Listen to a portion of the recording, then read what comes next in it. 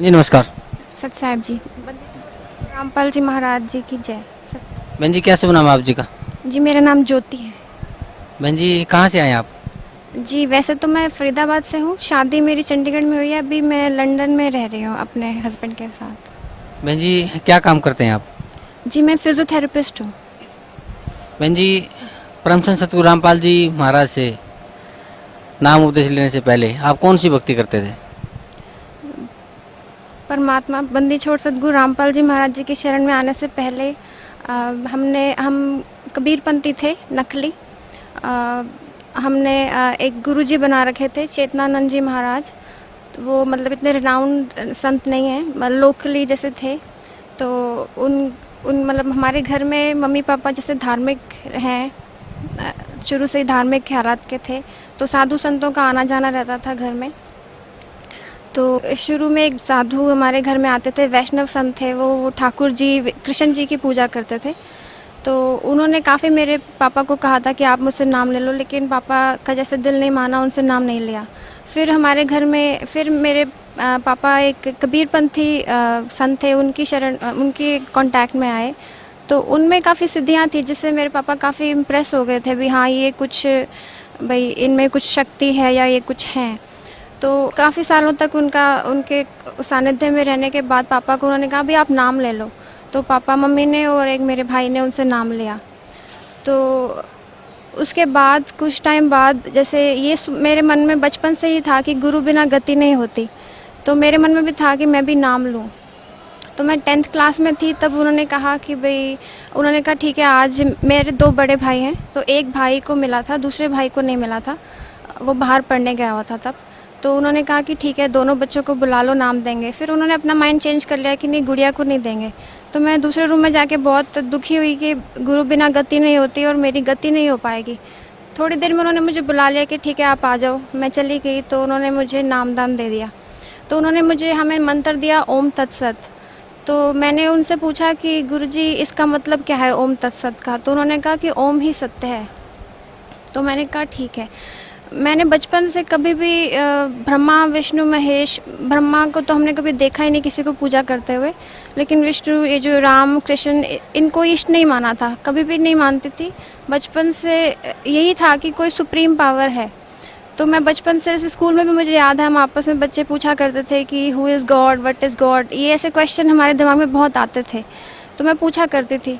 तो जब उन्होंने मंत्र दिया ओम तत्सत और ओम ही सत्य, तो मैं सोचती थी कि ऊपर कहीं कोई भगवान शायद ओम की शेप में होगा, पता नहीं कैसा होगा वो परमात्मा, कैसा है। लेकिन मैंने उनसे 1994 में नाम लिया था, तब से 8 साल तक उसी मंत्र का हम भक्ति करते थे। तो मैं रोज़ सुबह शाम कबीरपंथी होने का मुझे बहुत अच्छा लगता था, सोच के कि मैं कबीरपंथी हूँ, बहुत प्राउड सा फील करती थी।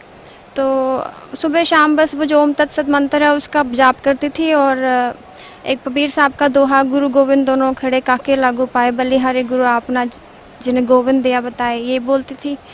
और तुम्हें माता च पिता, तुम्हें, ये वाणी बोलती थी रोज़ सुबह शाम। तो यही भक्ति करते थे।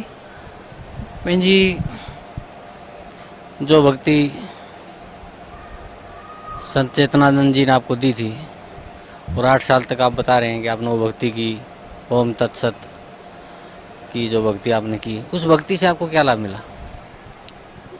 उस भक्ति से अब हम सोचते हैं तो हमें तब भी वैसे लाभ नहीं मिला था, लेकिन हमने इस सोच से भक्ति नहीं की थी कि कोई लाभ मिले। शायद सिर्फ इतना ही था कि भाई गति हो जाएगी, 84 लाख योनियों में नहीं जाएंगे। तो परमात्मा प्राप्ति के उद्देश्य से ही भक्ति की थी, लाभ हमें कोई नहीं हुआ था। बचपन से मुझे याद है, मेरे पापा जब नौकरी भी करते थे तो काफ़ी मेहनत करते थे, काफ़ी ईमानदार थे, लेकिन हमारे घर में हमेशा कर्जे पे ही रहते थे वो। तो मतलब हमारे घर में कभी भी कोई चीज़ सीधे पैसे देकर नहीं आती थी, मतलब हर महीने का राशन भी किस्तों पे आता था। बहन जी परम संत सतगुरु रामपाल जी महाराज की शरण में आप कैसे आए? सदगुरुदेव जी की चरणों में मैं ऐसे आए कि मेरे मम्मी ठाकुर जी की पूजा करते थे शुरू से। तो नाम लेने के बाद भी जो पिछले गुरु जी जिन्होंने नाम दे रखा था, उसके बाद भी वो कृष्ण जी की पूजा करते ही रहते थे। तो एक दिन वो काफ़ी अटूट श्रद्धा से करते थे। एक दिन वो मेरे मम्मी पापा एक्चुअली हमारे जो पहले वाले गुरुजी थे, उनका संत गुरु रामपाल जी महाराज जी से नाम लेने से पहले 2 साल पहले शायद उनका शरीर पूरा हो गया था। तो उसके बाद मेरे पापा रिटायर हो गए थे, तो उनको ये शायद अंदर से फीलिंग थी कि हम अधूरे हैं, अभी हमने कुछ अचीव नहीं किया है। तो वो उनको गुरु की तलाश थी, तो वो रोज़ साधना चैनल पे, आस्था तब आता था, और टीवी पे बाकी भी चैनल बहुत आते थे, तो वो देखा करते थे, बाकी संतों का सत्संग सुना करते थे, कभी आसाराम बापू जी का, कभी सुधांशु जी का। तो मैं भी उनके साथ रहती थी। मेरे 2 बड़े भाई अलग रहते थे तब, तो मैं पढ़ रही थी तब। लेकिन जब भी मैं घर आती थी तो मैं यही देखती थी कि मम्मी पापा सत्संग सुनते हैं, तो मैं भी साथ में बैठ के सुना करती थी। तो वो इस तलाश में थे। तो एक दिन मम्मी ने आस्था पे सदगुरु बंदी छोड़ सदगुरु रामपाल जी महाराज जी का सत्संग सुना। तब आधे घंटे का आता था। तो उसमें गुरुजी गीता दिखा रहे थे, और गुरुजी ने दिखाया कि जो अक्षर स्वभाव के मनुष्यों में नीच असुर मूर्ख लोग मेरी भक्ति भी नहीं करते, ये गीता ज्ञान देने वाला बोल रहा था। तो मम्मी को लगा कि मैं तो, और गुरुजी ने बताया कि ये तीनों गुण कौन हैं, सतगुण विष्णु जी हैं, रजगुण ब्रह्मा जी हैं, और तमगुण शिव जी हैं। तो और विष्णु जी कृष्ण भगवान है, जिनकी मम्मी बहुत अटूट श्रद्धा से पूजा करते थे। तो उनको बड़ा दुख हुआ, वो रोए बैठ के कि मैंने अपनी लाइफ के 30-35 साल बर्बाद कर दिए। जब पापा आए तो उन्होंने बताया कि ऐसे ऐसे एक हैं गुरुजी हैं, उनका सत्संग मैंने सुना, आप भी ज़रूर देखना। तो अगले दिन पापा भी टाइम से घर आ गए, तो मम्मी ने उनको भी दिखाया, तो उनको भी बहुत हैरानी हुई। और गुरुजी सारे प्रमाण गीता और वेद टीवी पे दिखा रहे थे, जो वो देख पा रहे थे साथ साथ, जो कि उन्होंने पहले कभी ऐसा देखा नहीं था। उसी दौरान हमारे 28 सेक्टर में ही फरीदाबाद में एक माता जी हैं, उन्होंने भी उसी दौरान ही गुरुजी का आस्था पे देखा। तो उन्होंने फ़ोन पे मम्मी पापा से बात की कि भाई मैंने ऐसा देखा है, इन्होंने कहा हमने भी देखा है। तो ये लोग फिर आश्रम फ़ोन करके आश्रम आए, और उन्होंने नाम ले लिया गुरुजी से। तो मैं तब अमृतसर में अपनी पढ़ाई कर रही थी, तो मैं फ़ोन करती थी घर, तो ये फ़ोन कोई उठाता नहीं था। तो मैं सोचती थी कि पता नहीं कहाँ गए हुए हैं। तो मैं 1-1.5 महीना मैं थोड़ा कॉलेज यूनिवर्सिटी की तरफ से कहीं बाहर भी पेपर प्रेजेंटेशन करने के लिए वाराणसी भी गई, तो वहाँ से भी फ़ोन करती रही, इन्होंने उठाया नहीं। फिर एट लास्ट मेरी जब बात हुई तो मैंने कहा आप कहाँ थे? तो इन्होंने कहा हम सत्संग सुनने जाते हैं रोहतक। तो मैंने कहा अच्छा वहाँ पे कौन है? तो मेरे मन में ये था कि मैं नाम नहीं लूँगी कभी, किसी और से भी गुरु बना लिया, और मैं तो कबीरपंथी ही रहूँगी। तो उन्होंने बोला कबीरपंथी हैं। तो मैंने कहा चलो फिर तो ठीक है, बहुत अच्छी बात है, अभी आप जाते हो सत्संग सुनते हो। उन्होंने मुझे ये नहीं बताया कि उन्होंने नाम ले लिया। तो मैं अपने थियरी एग्ज़ाम्स ख़त्म करके घर आई, और 3 दिन की छुट्टी के लिए आई थी। मेरा भी प्रैक्टिकल रहता था, मेरी पढ़ाई MSc फिज़ियोथेरेपी की ख़त्म होने वाली थी। तो मैं 3 दिन के लिए आई। तो जिस दिन मैं शाम को आई तो मम्मी ने मुझे बताया, शाम को 8 बजे गुरुजी का सत्संग चलाया। तो मैंने सत्संग सुना, तो वो सृष्टि रचना गुरुजी सुना रहे थे। तो मम्मी ने कहा यही है सुनने वाला, सुनो, इसको सुनो। लेकिन वो आधे घंटे का सत्संग था, और उसमें शुरुआत में और एंड में थोड़ी ऐड थी, तो वो 20 मिनट तक का ही था। वो मुझे इतना समझ नहीं पड़ा था, शुरुआत की थी शायद। तो ख़त्म हो गया। उसके बाद मम्मी पापा ने कहा कि हमने मुझे बताया कि हमने नाम ले लिया और हम आरती करेंगे। तो उन्होंने उसके बाद आरती चला के की। तो मैंने सुना कि आरती बहुत अच्छी लगी, टेप रिकॉर्डर पर चला के उन्होंने की। अगले दिन उन्होंने गुरुजी का सत्संग था आश्रम में। तो उन्होंने कहा कि हम कल सत्संग में जाएंगे, माता जी को साथ लेके जाएंगे जो वहाँ रहते थे सेक्टर में, और आप चलोगे? तो मैंने कहा हाँ मैं चलूँगी। तो मैं अगले दिन उनके साथ चली गई, आश्रम आई। तो आश्रम आके मुझे बहुत अच्छा लगा। मुझे जैसे शुरू से ही अच्छा लगता है जहाँ सिंप्लिसिटी हो। तो वहाँ पे मैंने देखा सब बहनें माइयाँ सब सिंपल से, और परमात्मा का द्वारा बहुत ही मतलब सब एक जैसे, सब एक जगह बैठे थे, कोई भेदभाव नहीं था, और परमात्मा का खुला भंडारा था, सब अच्छी तरह प्यार से सबको खाना खिलाया जा रहा था। मुझे बड़ा अच्छा लगा। सत्संग सुना, तो उसके बाद गुरुजी के दर्शन किए। तो गुरुजी ने, मम्मी ने कहा कि गुरुजी आज बेटियाँ भी आई है। तो गुरुजी ने कहा कि मैंने ऐसे प्रणाम किया गुरुजी को। तो गुरुजी ने कहा कि बेटी ने नाम ले लिया। तो मैंने कहा गुरुजी मैंने ले रखा है। तो गुरुजी ने कहा किससे ले रखा है? तो मैंने नाम बताया पहले वाले गुरुजी का। तो उन्होंने, गुरुजी ने कहा वो तो बेकार है बेटा। तो मैंने कहा कि, तो मैंने सोचा कि ठीक है गुरुजी कह रहे हैं, कह सकते हैं। फिर मैंने ज्ञान नहीं सुना था तब तक, मुझे समझ नहीं आई थी। हम घर आ गए, एक दिन छोड़ के फिर वो जाते थे, तीसरे दिन पहले ऐसे करते थे। तो तीसरे दिन फिर वो गए, तो वहाँ पे फिर सत्संग सुना, लेकिन मुझे याद नहीं है कि मैंने सत्संग में क्या सुना था। आते समय माता जी यहाँ एक भगत जी हैं, उनके पास बैठ के बता रहे थे कि मेरे को कुछ भूत प्रेत दिखाई देते हैं, और ऐसे कुछ बता रहे थे। माता जी जिन्होंने हमारे सेक्टर से नाम लिया था, तो उन भगत जी ने उनको कहा कि अब हम प्रेसिडेंट की शरण में आ गए हैं, पूर्ण परमात्मा की, ये सुप्रीम पावर है, और जब हम प्रेसिडेंट की शरण में आ जाते हैं तो नीचे जो एसएचओ और ये जो नीचे के जो मिनिस्टर वगैरह हैं, ये हमें कुछ नहीं, अब हमें टच भी नहीं कर सकते, अब हम पूर्ण तरह से सुरक्षित हो गए हैं।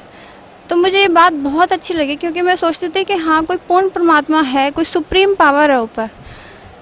तो मुझे वो बात बहुत अच्छी लगी कि अगर हम पूर्ण परमात्मा के शरण में आ गए हैं तो हम बिल्कुल सेफ़ हैं। क्योंकि हमारे पहले वाले गुरुजी कुछ ऐसे बताया करते थे कि मंगलवार को निकलो तो चने की दाल खा के निकलो, अगर वेंसडे को निकलो तो गुड़ खा के निकलो तो कुछ काम सर ठीक हो जाएगा। तो मैं इन चीज़ों को बिलीव नहीं करती थी। मुझे ऐसा लगता था कि परमात्मा का नाम में इतनी शक्ति होनी चाहिए कि जो जिस समय भी, जिस भी टाइम और जिस भी दिन लिया जाए, उससे सब काम सरने चाहिए। तो उनकी वो बात मुझे बहुत अपील की, मुझे लगा हाँ, ये बिल्कुल ठीक कह रहे हैं, ऐसा ही होना चाहिए। तो जाते समय रास्ते में एक भगत जी हैं दिल्ली के, तेजिंदर अंकल जी, उनको गुरुजी ने डेट दी थी कि जून के कबीर साहब जयंती पे आपको सारना मिलेगा। तो हमने वहाँ से गुरुजी की आश्रम से एक किताब ली, उसका नाम था भक्ति सौदागर को संकेत। तो उसमें नियम थे गुरुजी के सारे स्मारक के। तो मैं रास्ते में बैठते ही उन्होंने बताया, पापा ने भी, इनको सारनाम मिलेगा। तो मुझे बड़ा अच्छा लगा सुन के भी, ऐसी कोई चीज़ है भाई, सारनाम सतनाम ऐसे मिलता है यहाँ पे। तो मैंने वो किताब पढ़नी शुरू की, वो नियमों वाली। तो जब मैं एक एक नियम पढ़ती गई, मुझे इतनी खुशी होती गई, क्योंकि मैं उन नियमों को बचपन से उनको फॉलो करती थी। तो मैंने किताब पढ़ने के बाद, नियम पढ़ने के बाद कहा कि जो इन नियमों को पालन कर लेगा वो तो आधा परमात्मा वैसे ही पालेगा, इतने अच्छे नियम हैं। तो अंकल जी ने कहा कि अपनी बेटी को नाम ज़रूर दिलवाना। तो मुझे एक बार लगा कि मैंने नाम क्यों नहीं लिया, आज मुझे लेकर आना चाहिए था, लेकिन तब भी मुझे ज्ञान नहीं था। तो घर आके मेरी अगले दिन की वापसी थी, तो मैंने सुबह जैसे 6 बजे मुझे ट्रेन पकड़नी थी दिल्ली से। तो मैंने ऊपर गुरुजी का जहाँ मंदिर बना रखा था, वहाँ से गहरी नज़र गीता में किताब ली, उठा के अपने चुपके से बैग में डाल ली, और एक और किताब भी। और जब मम्मी पापा मुझे दिल्ली चढ़ाए तो ट्रेन में छोड़ के जैसे ही वो गए, मैंने बैठते ही गहरी नज़र गीता में खोली और पहले पन्ने से शुरू कर दिया पढ़ना। उसमें जब मैंने सृष्टि रचना पढ़ी, तो सृष्टि रचना पढ़ के उसके बाद जब सारे प्रमाण और सब देखा, तो मुझे इतनी खुशी हुई कि कबीर साहब ही परमात्मा है। और हम कबीरपंथी थे, लेकिन नकली, लेकिन हमारे कबीर साहब ही परमात्मा है, और वो सुप्रीम पावर है। बहुत खुशी हुई कि हमारे कबीर साहब ही पूर्ण परमात्मा निकले। और बहुत अच्छा लगा, परमात्मा ने जितने भी प्रमाण दे रखे थे वो सुन के, वो पढ़ के मुझे बहुत अच्छा लगा। मैं 8 घंटे लगातार पढ़ती रही। 2 बजे अमृतसर पहुंची मेरी ट्रेन, तो मैंने लगातार वो एक एक चीज़ पढ़ी। बहुत ज़्यादा खुशी हुई। तो मुझे लगा कि मेरी तो भक्ति पहले की बेकार है, तो मैं अब वो नाम नहीं जपूंगी, वो तो तो कुछ और ही है। तो मेरे को नाम लेना है जाके। तो मैं 1 महीना मैंने कोई भक्ति नहीं की, उस नाम को नहीं जपा। फिर मुझे था कि मैं जाऊंगी और नाम लूँगी। फिर मैं 1 महीने बाद मैं घर आई, 29 अप्रैल को मैं घर आई। और 1-2 दिन बाद ही 1 जून को पापा ने सुबह उठा के बोला नाम लेने चलना है। मैं कहा हाँ जी। पापा ने आश्रम फ़ोन मिलाया, तो पता चला गुरुजी हैं। फिर हम आश्रम आए और गुरुजी के चरणों में बैठ के गुरुजी से खुद बोला कि परमात्मा नाम की दया कर दें आप। तो परमात्मा ने, मेरे को ये पता था जब मैंने ये सृष्टि रचना पढ़ी परमात्मा की, और फिर टीवी पे जब आके भी घर में 1-2 दिन देखा, तो मुझे ये समझ आ गया था कि ये कबीर परमात्मा आ चुके हैं धरती पर, यही हैं। क्योंकि मुझे लगता था कि कोई ऐसे प्रमाण दिखाने, मैंने पहले भी बहुत देखे थे गुरु टीवी पे, जो बताते थे, अजीब से लगते थे उनकी बातें, मुझे अपील नहीं करती थी। जैसे आश्रम बापू जी का सत्संग चलाते थे, तो वो सीटियाँ मारते थे अपने सत्संग में, लगता था ये संत कैसे संत हैं, ये इनके संतवान लक्षण ही नहीं है। और बाकी भी जो संत थे वो काफ़ी थे मस्कीन, और आनंद मूर्ति माँ, प्रीति माँ, और ये मेरे पापा मम्मी काफ़ी उनका देखते थे, तो मुझे कोई अपील नहीं करता था। जब गुरुजी का देखा तो उन्होंने सारे प्रमाण खोल के दिखाए। हम देख पा रहे थे टीवी पर ही कि हमारे ग्रंथ क्या कह रहे हैं। मेरे को गीता का ग भी नहीं आता था, वेदों के नाम भी नहीं पता थे, और परमात्मा ने आज इतनी दया कर दी है कि हमें श्लोक रट गए हैं उनका, सब कुछ हमें इतना ज्ञान दे दिया परमात्मा ने, बिल्कुल माइनस से हमें उठा दिया। तो ये बहुत ही अचंभा हुआ मुझे कि ऐसे परमात्मा के जो मेथड था वो टीचिंग का, जगत गुरु ही ऐसा कर सकते हैं, परमात्मा ही कर सकते हैं। और मैं सोचती थी कि इतनी मोटी बाइबल है, उसमें परमात्मा ने वही चीज़ खोली अपने बारे में, जहाँ पे लिखा है कि गॉड इज़ इन फॉर्म। और इतनी बड़ी गुरु ग्रंथ साहिब, उसमें परमात्मा ने वही पन्ना खोला 721, जहाँ पे लिखा है हक्का कबीर करीम तू बेऐब परवरदिगार। और कुरान शरीफ में भी परमात्मा ने वही सूरत फुरकानी 25 आयत नंबर 59 में दिखाया कि मतलब कबीर परमात्मा है जो 6 दिन सृष्टि रच के 7वें दिन तखत पे जावे राजा। मतलब कोई ग्रंथ नहीं छोड़ा। वेदों में दिखाया कि उशिग ऐसी, कबीर अंगारी ऐसी, भंबारी ऐसी।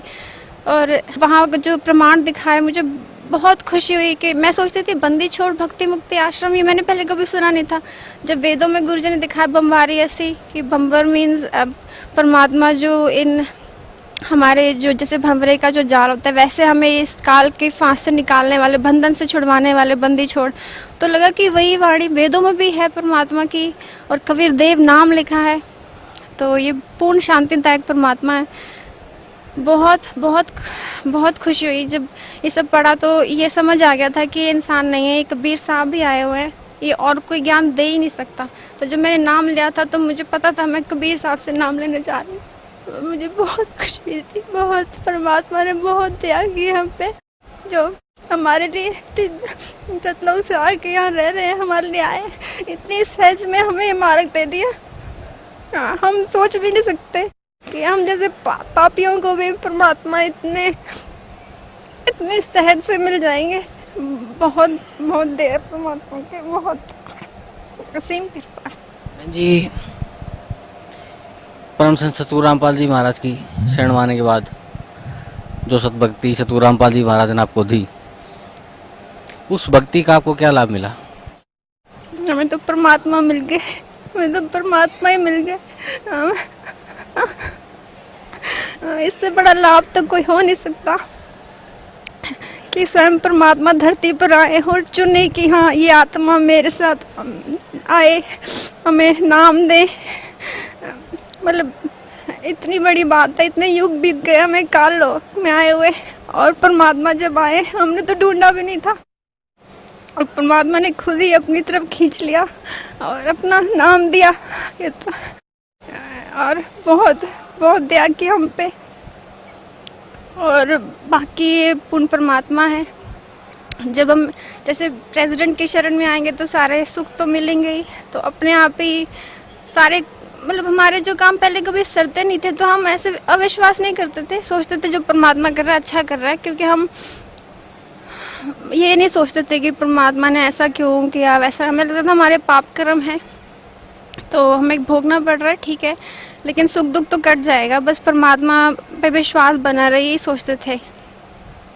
तो परमात्मा की शरण में आने के उससे पहले मेरी कभी नौकरी नहीं लगी थी। मैंने जब बैचलर्स की थी बीपीटी, जिसे बैचलर ऑफ फिजियोथेरेपी कहते हैं, उसके बाद मेरी जॉब नहीं लगी थी कहीं पर भी।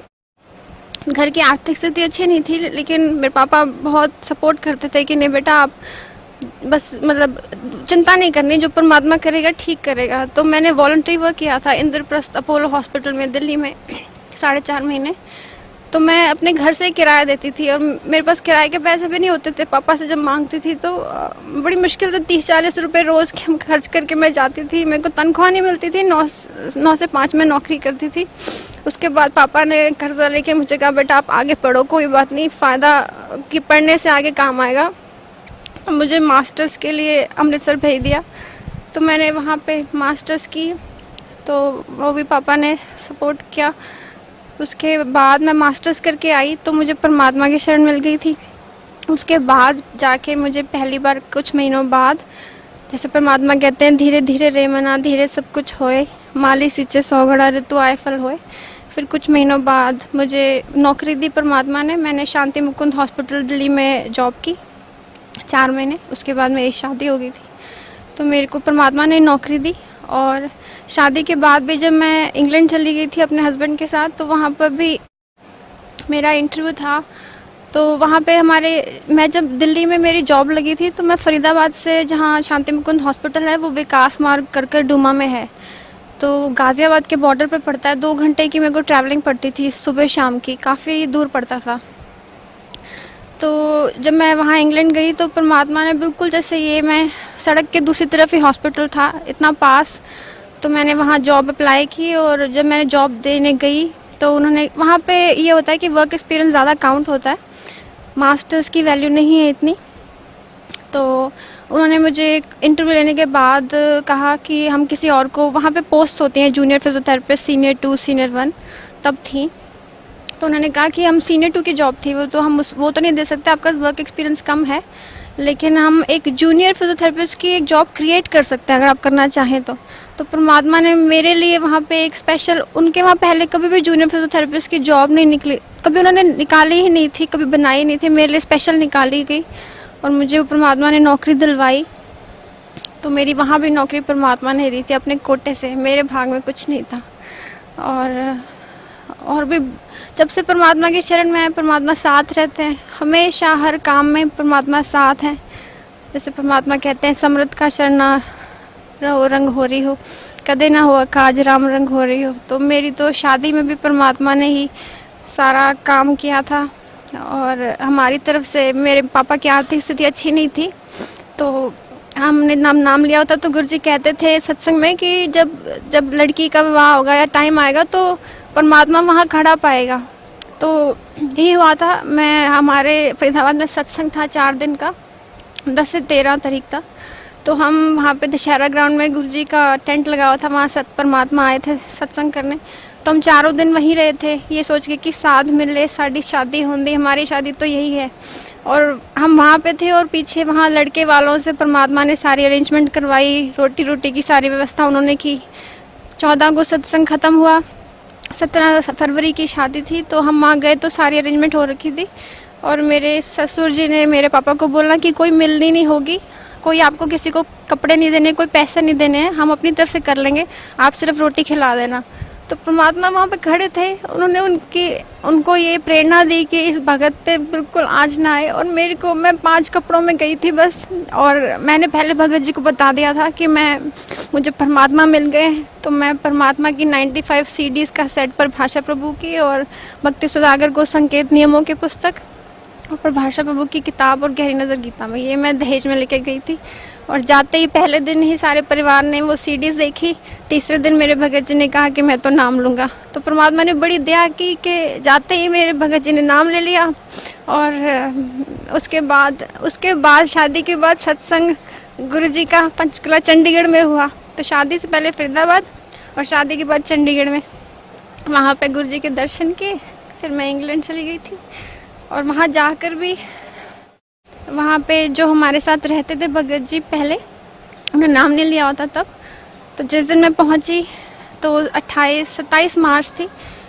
तो वो खाने पीने वाले थे, काफ़ी नॉनवेज खाना और दारू पीना, और जैसे उड़ीसा के हैं वैसे खाते पीते थे। तो वहाँ पे गए तो पहले दिन तो उन्होंने दाल चावल बना के रखा हुआ था। मैंने कभी भी बचपन से नॉनवेज नहीं खाया था, या अंडा वगैरह हमने कभी छुआ नहीं था। तो मुझे बहुत टेंशन थी कि वो हमारे साथ, वो अनमैरिड थे, तो हम सब इकट्ठे रहने वाले थे वहाँ पे। तो मेरे को टेंशन थी कि क्या होगा वहाँ पे जाके। तो मैंने देखा, मैं घर में घुसी तो मेरे को किचन में घुस के लगा कि कुछ बदबू आ रही है। तो मैंने कहा बदबू किस चीज़ की? तो उन्होंने कहा लैम्प पड़ा है फ्रिज में, कुछ मांस पड़ा था। तो मुझे बहुत टेंशन हो गई कि मैं कैसे रहूँगी। अगले दिन संडे था, तो मैंने आश्रम फ़ोन में लाके गुरुजी को कहा कि गुरुजी मेरी भक्ति में कोई प्रॉब्लम तो नहीं आएगी गुरुजी, ऐसे हम जिनके साथ रहते हैं वो खाते भी। गुरुजी ने कहा बेटा कोई प्रॉब्लम नहीं आएगी। ये 28 मार्च की बात थी। और गुरुजी ने ऐसी प्रेरणा, कुछ ऐसे सिचुएशन बन गई कि उनको मतलब ऐसी सिचुएशन बन गई कि उनको नाम लेना पड़ा। मतलब हमने उनको सत्संग दिखाया कि भाई यही आपका कष्ट निवारण हो सकता है, गुरुजी कर सकते हैं, तो आप ये सत्संग सुनो। मैं सृष्टि रचना उनको सुनाई, और 3 दिन में ही, तीसरे चौथे दिन में 2 अप्रैल को उन्होंने गुरुजी से नाम ले लिया। और चौथे दिन तक तो हमारा वेजिटेरियन ही बनता रहा था, तब तक उन्होंने नाम ले लिया भगत जी ने फ़ोन पे, और हमने सारा उठा के गंद माल बाहर फेंक दिया घर से। और मेरी भक्ति में कोई प्रॉब्लम नहीं आई। जैसे जैसे परमात्मा कहते जाते थे, परमात्मा साथ हमेशा हर काम सारते गए। मतलब अभी भी हम परमात्मा हर पल साथ रहते हैं, और इतनी दया है परमात्मा की, बहुत दया है, असीम कृपा परमात्मा। डॉक्टर साहब, परम संत सतगुरु रामपाल जी महाराज से नाम उपदेश लेने के बाद आपने तो सुख गिनाए, तो मैं समझता हूँ कि आप बहुत ही भाग्यशाली हैं। आपकी शिक्षा पूरी उन्होंने करवाई, आपको जॉब दिया, आपकी अच्छी शादी करवाई और यहाँ तक कि आपको इंग्लैंड में सेटल कर दिया और आपको अपनी शरण में लिया, आपको भक्ति दी। इसलिए शायद परम संत सतगुरु रामपाल जी महाराज को आप बार बार परमात्मा कह रहे हैं, तो ये बिल्कुल ठीक बात है कि ये काम परमात्मा ही कर सकता है, किसी इंसान के बस की बात नहीं है। तो डॉक्टर साहब, मैं आपसे ये अनुरोध करूँगा कि भक्त समाज को आप क्या संदेश देना चाहते हैं? जी, हम तो दास हैं परमात्मा के। साहब तो केवल एक ही है पूरे ब्रह्मांड, पूरी सृष्टि में, कबीर साहब, बंदी छोड़ सतगुरु रामपाल जी साहब। बस भक्त समाज से ही प्रार्थना है कि हम सब सतलोक से यहाँ इस काल लोक में अपनी स्वीकृति देकर आए थे और परमात्मा के सामने हमने हाथ खड़े किए थे कि हमें इसके साथ जाना है, काल के साथ। तो अब हमें वो बात फिर से यहाँ आके खड़े करने हैं कि हम परमात्मा आपके साथ जाना चाहते हैं, हमें यहाँ से निकाल दो। परमात्मा को बस एक ही परमात्मा की है कि सारा विश्व, सारे बच्चे उनके यहाँ से निकले इस कालजाल से, उनका और कोई स्वार्थ नहीं है। दिन रात एक कर रखा है परमात्मा ने अपने बच्चों के लिए। तो यही प्रार्थना है कि हम सब बटे हुए हैं, आप सब सृष्टि रचना पढ़ें। परमात्मा कहते हैं कि सृष्टि रचना मास्टर की है, इस आध्यात्मिक ज्ञान की। सृष्टि रचना ही है जो हमें अपने परमात्मा के, अपने परम पिता के बारे में बताती है और हमें पता चलता है कि ब्रह्मा विष्णु महेश जो है इनकी क्या स्थिति है, दुर्गा क्या है, क्योंकि पूरा विश्व दुखी है आज की डेट में।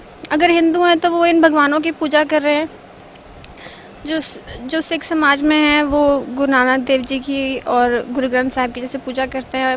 जो मुसलमान हैं वो भी अपनी कुरान शरीफ और अल्लाह को याद करते हैं, और क्रिश्चियंस भी, बुद्धिस्ट हैं, जैनिज्म, मतलब हर कोई कहीं ना कहीं लगा हुआ है क्योंकि हम परमात्मा की खोज में हैं।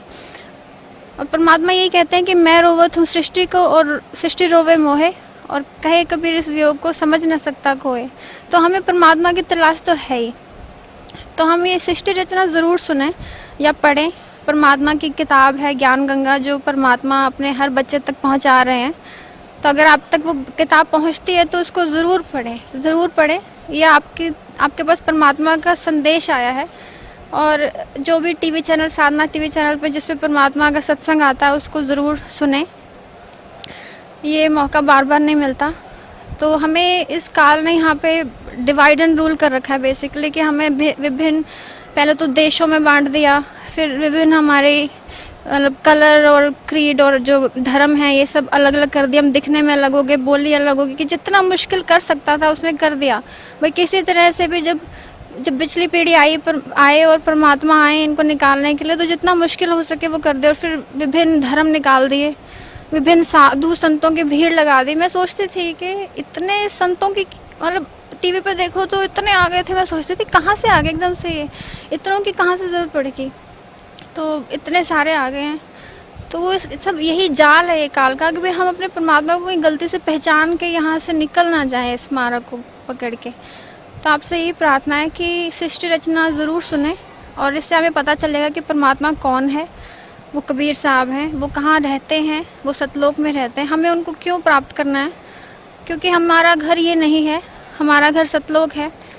यहाँ तो हम दुखी रहेंगे, जन्म मरण में ही रहेंगे, 84 लाख योनियों में चक्कर काटते रहेंगे। और उस परमात्मा की प्राप्ति कैसे होती है? वो मंत्र जो हैं, वो सत मंत्र, वो स्वयं कबीर साहब ही दे सकते हैं। और वो आज परमात्मा आए हुए हैं इस धरती पे। बंदी छोड़ सतगुरु रामपाल जी महाराज जी स्वयं परमात्मा आए हुए हैं। तो वो मंत्र ग्रहण कीजिए और अपना कल्याण करवाइए। सद्भक्ति से ही हमारा मोक्ष संभव है। और परमात्मा से प्रार्थना है कि परमात्मा बस अपने चरणों में रखना। साइयो मत जानियो प्रीति घटे मम चित, मरु तो तुम सिमरत मरु जीवन समरु नित। बस परमात्मा यही प्रार्थना है। आपके सिवा हमारा कोई नहीं है, कोई नहीं है। बहन जी, जैसे अभी आप बता रहे थे कि कालना में भिन्न भिन्न धर्मों में, भिन्न भिन्न मजहबों में, भिन्न भिन्न देशों में एक सीमाएं अलग अलग करके हमें बांट दिया। और इवन दो तो हमारी शक्लें भी अलग अलग कर दी, हमारा धर्म भी अलग अलग कर दिया, हमारा रंग भी अलग अलग कर दिया, हमारा खान पान भी अलग, हमारी भाषाएं भी अलग। और इतने संत और महंत इस धरती पे उतार दिए उसने कि एक साधक के सामने एक बहुत बड़ी समस्या खड़ी कर दी है कि वो पूर्ण परमात्मा की को ना पहचान सके, उस पूर्ण संत को ना पहचान सके, उसकी भक्ति ना कर सके। तो बहन जी,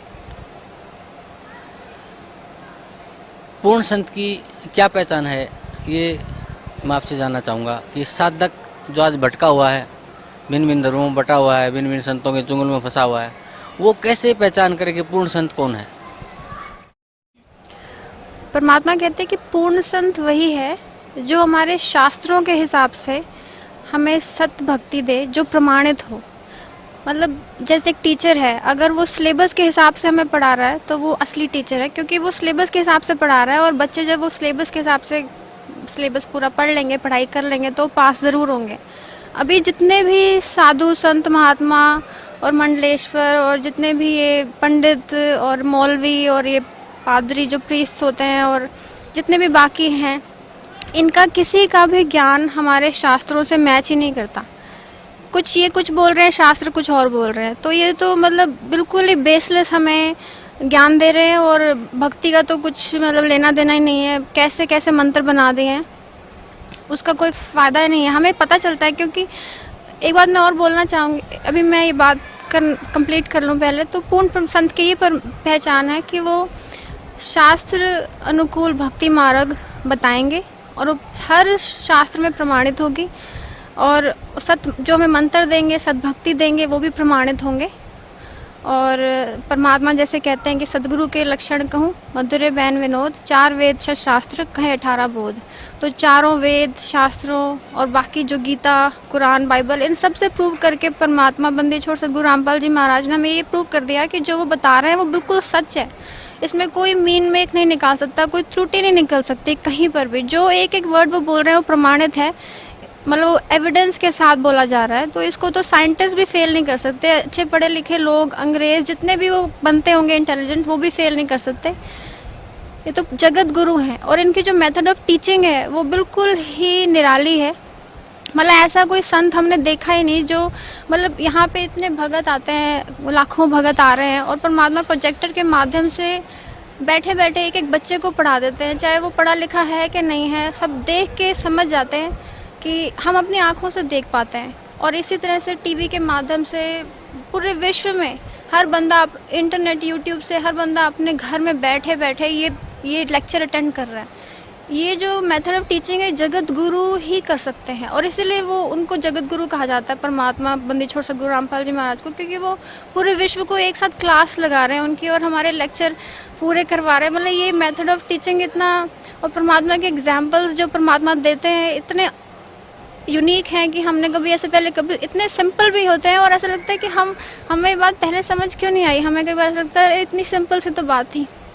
परमात्मा जिसमें समझाते हैं पूरा ट्री का बना के कि भाई उल्टा लटका हुआ पेड़ है और सीधा लटका हुआ, ये भक्ति, मतलब किसी बच्चे को भी समझ में आ जाता है कि हाँ ये ठीक कह रहे हैं और ये बिल्कुल ये गलत पूजा है। ये मार्ग ये किसी तरह समझाया ही नहीं किसी ने, क्योंकि वो टीचर ही नहीं है। जो टीचर है और जो परमात्मा है, परमात्मा ही कर सकते हैं। ये इंसान के बस की बात ही नहीं।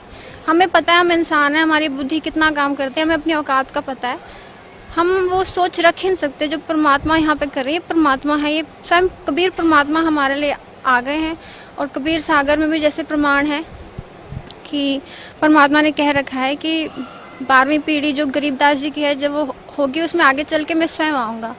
तो जिस परमात्मा के एक वचन से पूरी सृष्टि निर्माण हो रखी है और एक एक मतलब ये सारे ब्रह्मांड चल रहे हैं सिर्फ एक शब्द शक्ति से, जब उन्होंने ये शब्द मुँह से निकाले कि मैं खुद चल कर आऊँगा, तो वो कैंसिल नहीं हो सकते वो वर्ड्स। वो परमात्मा खुद ही आएंगे, क्योंकि अपने बच्चों का दुख अपने पिता को ही हो सकता है, पड़ोसी को नहीं हो सकता, किसी और को हो ही नहीं सकता। अपना पिता को ही इतना दुख होता है, वही इतना कष्ट उठा सकता है और कोई नहीं उठा सकता। तो ये जगत गुरु हैं, ये पूर्ण संत हैं, इनकी ये पहचान है क्योंकि इन्होंने हमें सद्भक्ति दी है और ये परमात्मा स्वयं कबीर साहब हैं। बहन जी, परम संत सतगुरु रामपाल जी महाराज ने दुनिया के सभी संतों को, महंतों को, आचार्य को, शंकराचार्यों को शास्त्रार्थ के लिए आमंत्रित किया है। तब आपको पहली बार ये बात सुनी तो आपको कैसा लगा? बहुत बहुत खुशी हुई। बहुत खुशी हुई।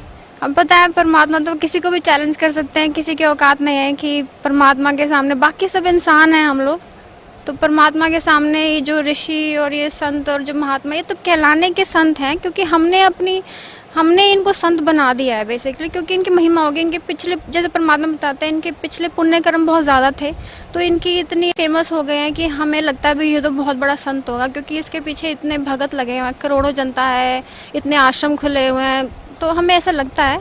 लेकिन आध्यात्मिक ज्ञान की दृष्टि से देखा तो ये है ही नहीं। तो चैलेंज तो परमात्मा के सामने तो इनकी कोई औकात नहीं है, टिक ही नहीं सकते। ये तो इसीलिए तो आए भी नहीं, चर्चा करने कोई भी नहीं आया, वो आ भी नहीं सकते। उन्होंने देख रखा है कि परमात्मा जो बता रहे हैं उनके पास वो आंसर है नहीं। अभी तो वो इसलिए चुप बैठे हैं कि जितने भगत उनके पास बैठे हैं बस वो बैठे रहें, ज़्यादा शोर ना मचे, भाई हमारी दुकानें भी चलती रहें, और ठीक है ये बोल रहे हैं, जिसको समझ में आएगा देख लेगा, नहीं तो बात की तो बैठे ही हैं। तो हमें बहुत खुशी है। ये तो एक बहुत ही परोपकार का काम परमात्मा मानव समाज के लिए हो रहा है। ये जो परमात्मा अपने बच्चों को इस आध्यात्मिक ज्ञान चर्चा के माध्यम से ये सबको, क्योंकि हम नहीं पहचान सकते कि कौन सतगुरु है या कौन असली संत और कौन नकली है। तो इस प्रोग्राम के माध्यम से घर बैठे बैठे सबको सिर्फ एक शास्त्रार्थी जो आध्यात्मिक ज्ञान चर्चा, उसे पता चल जाता है कि हाँ ये नकली संत है और ये जो बता रहे हैं, क्योंकि परमात्मा प्रमाण दे देते हैं कि ये ज्ञान दे रहे हैं और शास्त्र ये कह रहे हैं, ये मंत्र दे रहे हैं और शास्त्र में कहा है कि ये मंत्र असली हैं। तो इससे पता चल जाता है कि ये नकली संत है और ये पूर्ण परमात्मा बंदी छोड़ सतगुरु रामपाल जी असली हैं। तो ये हमें बहुत गर्व होता है और बहुत खुशी होती है ये सोच करके। बहन जी, कुछ और कहना चाहेंगे आप परम संत सतगुरु रामपाल जी महाराज के बारे में, उनकी भक्ति के बारे में?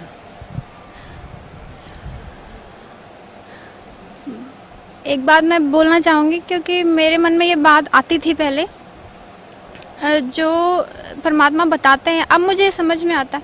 इस मार्ग में आने से पहले मेरे दिमाग में बहुत क्वेश्चंस उठते थे, और अब कोई भी ऐसा क्वेश्चन नहीं जिसका आंसर मुझे यहाँ के ना मिला हो। हम पढ़े लिखे हैं, एजुकेटेड हैं, बचपन से ही जैसे मैं बिल्कुल सुपरस्टिशन में बिलीव नहीं करती थी और अपनी मम्मी को बोलती थी सब जगह कि क्यों ऐसे नहीं करना, वैसे नहीं करना, या जो भी करके।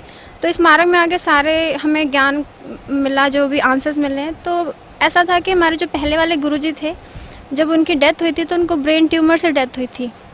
उससे पहले जो कुल गुरु जिनको कहा जाता था हमारे, उनको अधरंग हो गया था, उससे उनकी डेथ हुई थी। और भी हम जैसे न्यूज़ में सुनते हैं कि पुट्टापर्थी साईं बाबा के थे, वो हॉस्पिटलाइज्ड रहे 1-1.5 महीना और काफ़ी तड़प के उनकी डेथ हुई। और ये हंसराज जो महाराज हैं, ये इनकी डेथ भी इनके भूत प्रवेश कर गया था। आर्य समाजी महर्षि दयानंद हैं, जिनके पूरे गले, मुंह, जीभ पे छाले पड़ गए थे और भुगत के मरे। शिवदयाल जी हैं राधा स्वामियों के, जिनके जो भूत बने थे। और मुसलमान धर्म के जो हज़रत मोहम्मद जी हैं, उनकी भी हमने देख ली जीवनी में कि उनकी कैसे दुखदाई मौत। तो मैं सोचती थी जब हमारे गुरुजी मरे, जब उनकी मतलब शरीर पूरा हुआ, तो मुझे लगा कि ये संत की अगर ब्रेन ट्यूमर से डेथ हो रही है तो हम भक्तों का क्या होगा। तो मेरे को ये बहुत थोड़ा सा बात वो करती थी।